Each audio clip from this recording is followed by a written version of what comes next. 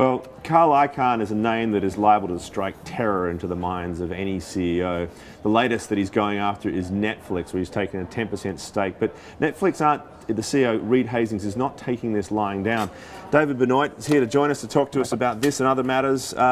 So yeah, it is a great battle, right? I mean, tell us a little bit what's happening, because of course there's a poison pill involved here. Right, I think we should probably all settle down for a long, long protracted We love fight these Carl Icahn fights for that reason. Right, so Carl Icahn came in a couple weeks ago, took a 10% stake. Journal reports this morning he called up Reed Hastings, the CEO, as you mentioned, of Netflix, and kind of said, hey, I'm about to come out and say your shares are undervalued and Netflix should be sold to a larger company.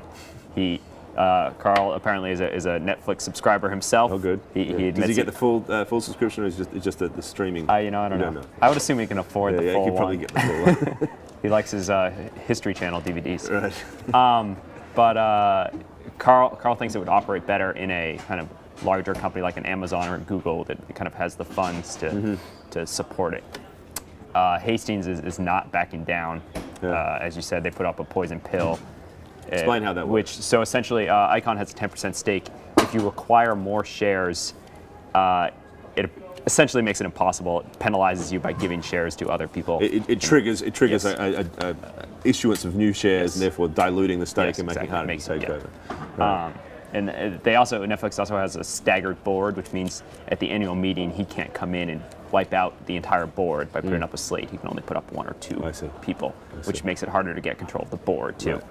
Right. So those are pretty tight defenses Netflix has, and kind of Hastings told the Journal that he's pretty much going to ignore it. Yeah.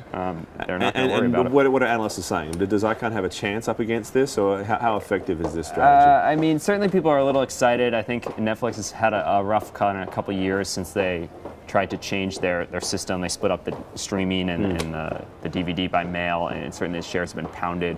There's a chart there showing that it's getting a little bit of bounce, presumably from this. Right. So to $80 sounds pretty good, but if you remember, it was up above 125. Yeah, right. The back end of that chart we're not seeing there. Yeah. And that's not all that long ago. Yeah, exactly. But certainly, one investor, Whitney Tilson, who's pretty well known fund manager, came out and said he wouldn't even be happy with a $100 price right now for a sale. It's certainly a stock that's bounced around a lot. People think if it kind of straightened things out, Reed Hastings is arguing he needs more time to figure out the streaming. They still dominate streaming. Right. But the big issue really is, they had a model that was based on, originally, on DVD mailing, which seemed like a great idea just a few years ago. And of course, that's now against all sorts of costs they have to face in terms of licensing fees, and really monetizing that in an effective way is proving a massive challenge. They're having a hard time getting the licensing, like getting the movie theaters and studios to give them the movies on time, and it's certainly competitive.